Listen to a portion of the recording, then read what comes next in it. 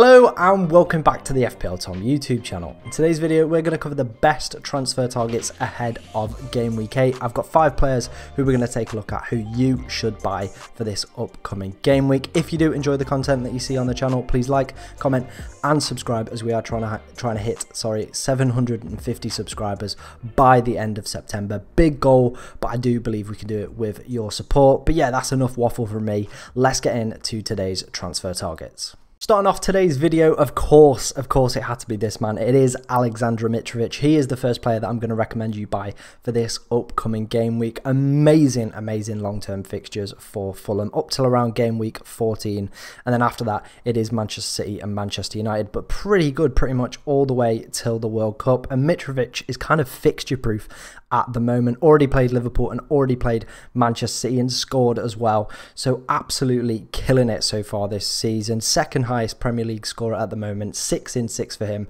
Could have been 7 in 6 as well if he didn't miss a penalty against Wolves. Has the second highest expected goals as well within the Premier League, so it's not like he's just scoring absolute flukes. He's getting the opportunities, he's getting good underlying data as well to go with that. He's only second behind, of course, Mr. Erling Haaland as well. Absolutely killing it at the moment. Also has had the most shots among Premier League players and had the most shots on target as well. So he's getting plenty of good opportunities. He's shooting loads. He's getting plenty on target as well. The fixtures coming up are absolutely brilliant as well. That Nottingham Forest fixture in game week 8 is absolutely appetizing. Definitely even potentially captaincy worthy. Like, it's a massively rogue shout. But with Salah playing Chelsea, Spurs have Leicester, again, could potentially be some options within there. A Manchester City take on Wolves, so it's not the easiest fixture. Wolves actually have really good underlying defensive data and only have conceded 4 goals so far this season, so I think it's a lot harder task than people are making out it to be.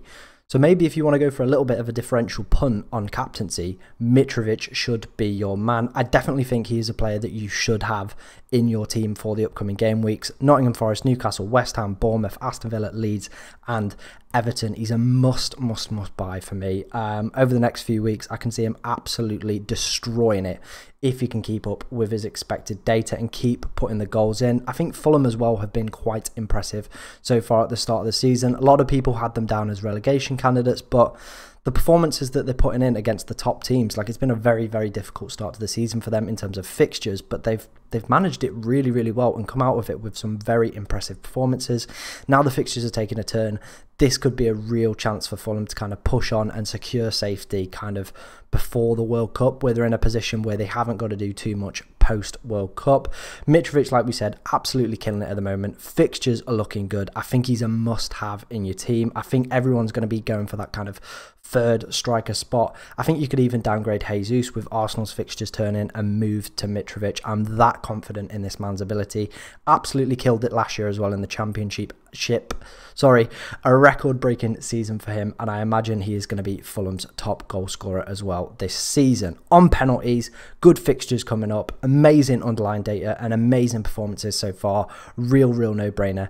Aleksandar Mitrovic is the first player that I'm going to recommend you to buy for game week 8. Moving on to the second transfer target for this game week, and it is Alan St. Maximin. Now, the reason I've included St. Maximin is the fact that I really want to target Newcastle's next 4 fixtures. Bournemouth, Fulham and Brentford. 3 absolutely amazing fixtures.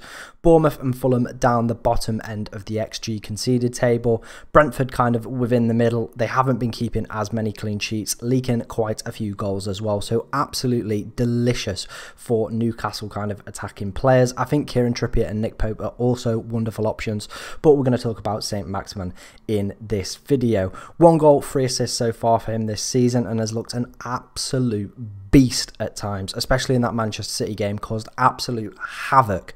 Scored a wonderful goal against Wolverhampton Wanderers as well. I think this season is the year that he's really got to make that step up.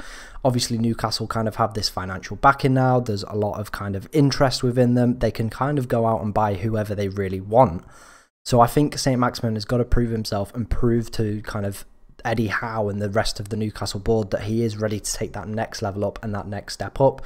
A lot of us have expected it from him, but the numbers quite haven't always been there.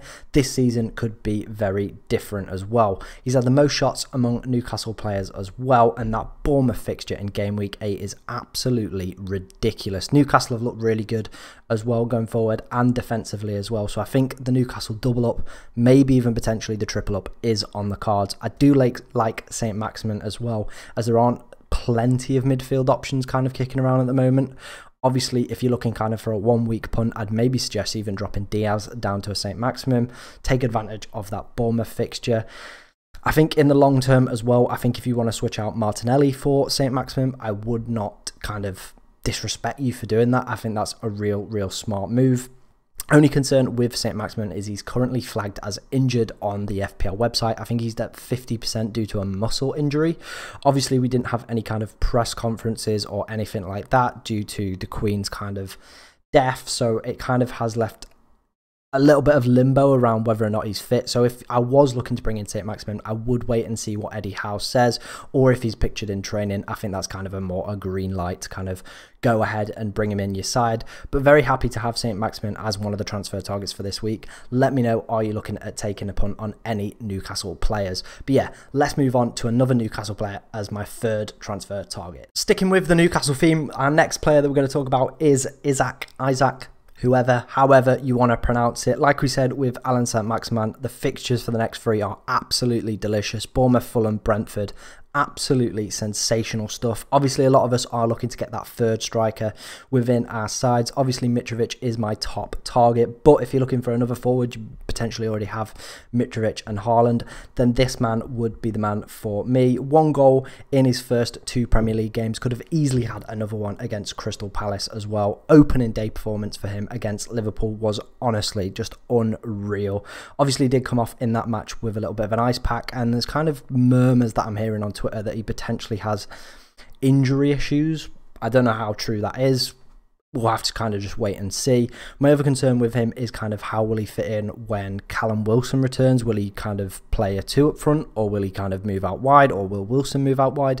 There's a lot of question marks still to be had around whether or not this man is going to be the main kind of forward going forward. Putting up really good expected data as well, as you can see, XG of 1.32. Only 9 points scored so far this season, but he has only played 2 games, but looked very good in them. Massive differential as well at only 4.4% owned. So I think if you do already own Mitrovic, a Tony, or a Haaland, and you're looking to get that third striker in your team, I definitely think ISAK could be the man to go for. Like we said, really good fixtures as well. Even the long-term fixtures are very good. Game week 11 they do take on Manchester United, but game week 12 is Everton, 13 Spurs, and then 14 and 15 Aston Villa and Southampton. So really good fixtures as well coming up in kind of the short and the long term, if you avoid the Manchester United and Tottenham ones. I think as well, if you're a little bit unsure on this move and you just kind of want to take advantage of the short-term fixtures, that's great, because what happens is Tony and Solanke's good fixtures kind of keep on coming after that. So if you do want to kind of go for a short-term pick, take advantage of these 3 fixtures and then move back to Tony or move on to Dominic Solanke, as he has really good fixtures as well. I definitely think that could be an option that you go for this season. Previous records in La Liga as well do suggest that this man does know how to score goals. His best season in the 2021 season, 34 games, 17 goals, 2 assists. He does know how to find the back of the net. A lot of Swedish fans think he's kind of the real deal as well. So very encouraging signs, good performances, good fixtures. I definitely think he's more of a differential punt, but I would be very interested to see if you guys are going to take a punt on him.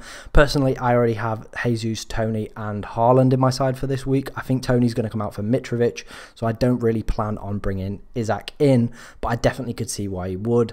Bournemouth at home and Fulham away and Brentford at home. Amazing 3 next fixtures. But let's move on to our next transfer target. Moving away from Newcastle United, we move to our next transfer target, and it is Jarrod Bowen. Included him on my last wildcard video, which came out yesterday. If you haven't seen that, go check it out. Really kind of like Jarrod Bowen as an option kind of for the next few game weeks. The next 4 fixtures are absolutely brilliant for Bowen. Everton, Wolves, Fulham and Southampton. After that, it does get a little bit more tricky. Liverpool, Bournemouth, Manchester United, Crystal Palace and Leicester, but some really good fixtures within there.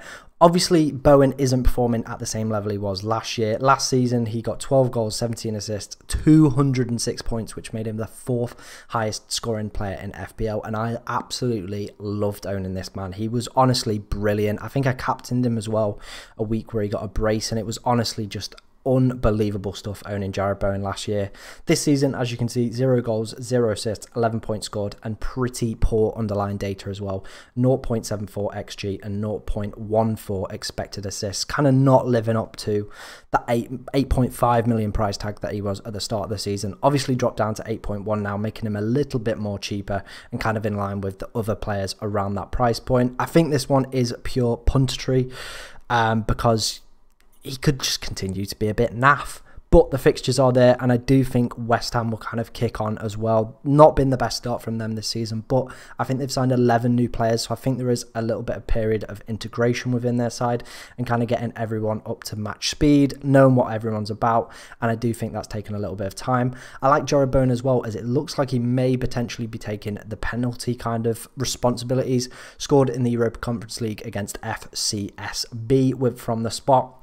So if he's on penalties, good fixtures coming up, and if he can kind of rejuvenate some of that form that he showed last season, I definitely think he'll be a massive, massive option. Obviously a huge differential as well at 2.3%. No one's really talking about him. No one's really on him at the moment, and there's kind of good reason for that.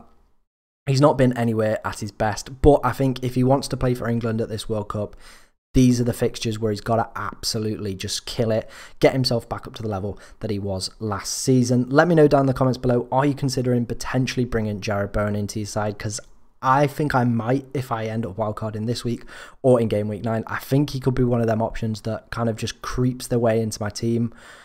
Who knows? We'll have to see kind of how he gets on in the next few fixtures. Everton away is a very, very good fixture for game week 8 though, and a huge differential, like I said. Let me know down in the comments below, are you going to take a look at Jarrod Bowen? But let's move on to our final transfer target for this video.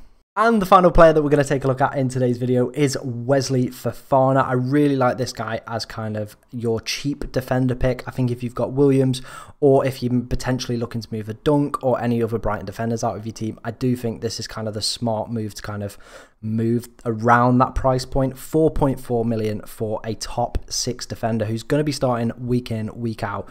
You know, they paid big, big bucks for him. He's not going to sit on the bench. As well, they got the new manager bounce, Graham Potter, coming in. Graham Potter has always had really, really good statistical defensive data at Brighton and his previous clubs as well. So really knows how to set up a defensive team. So it would be very interesting to see if we can kind of get Fofana within our sides at that kind of 4.4 million and take advantage of kind of that rejuvenation of Chelsea and rejuvenation of their back line. Really good long-term fixtures as well. Crystal Palace, Wolves, Aston Villa, Brentford, Manchester United, Bournemouth, Brighton, sorry, Arsenal and Newcastle.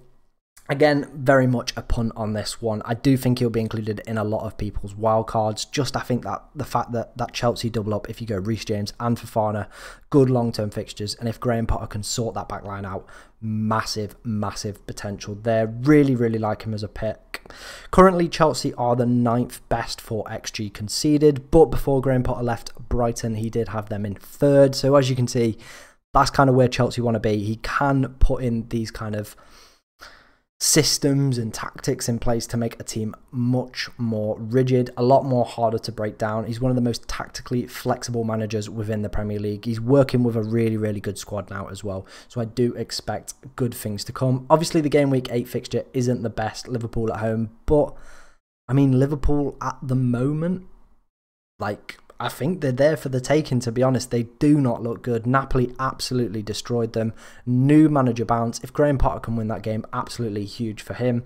Only concern with Wesley Fofana at the moment is this game actually might not take place. Obviously, there's talk of postponements around the league, and there is talks of all the London games being cancelled due to kind of policing issues and safety issues, with the funeral being on Monday. So do just pay attention before you do bring in anyone from kind of a London-based fixture. Just wait till the very, very last minute is my advice on that one, or wait till you get the all clear. But I really, really like him. If you've got potentially like a Lewis Dunk or you've got any other Brighton defenders, I think this is the really smart move for long-term fixtures. If you're on a wild card, I'd say just wait 1 week or wait the next week. Obviously, you could put him on your bench as well, but I do really like Wesley Fofana. I think he'll be a player that's in my wildcard drafts and in like my wildcard team as well when I do eventually wildcard. But those were the transfer targets. Let me know, are you looking to potentially bring in anyone from the list that I included? If you did enjoy the video, please like, comment and subscribe. If you have any questions as well on who to bring in, how your team should do, should you wildcard, whatever questions you have, do leave them down below in the comments as I answer all questions down there. Thank you very much for watching, and I hope you have good luck this game week.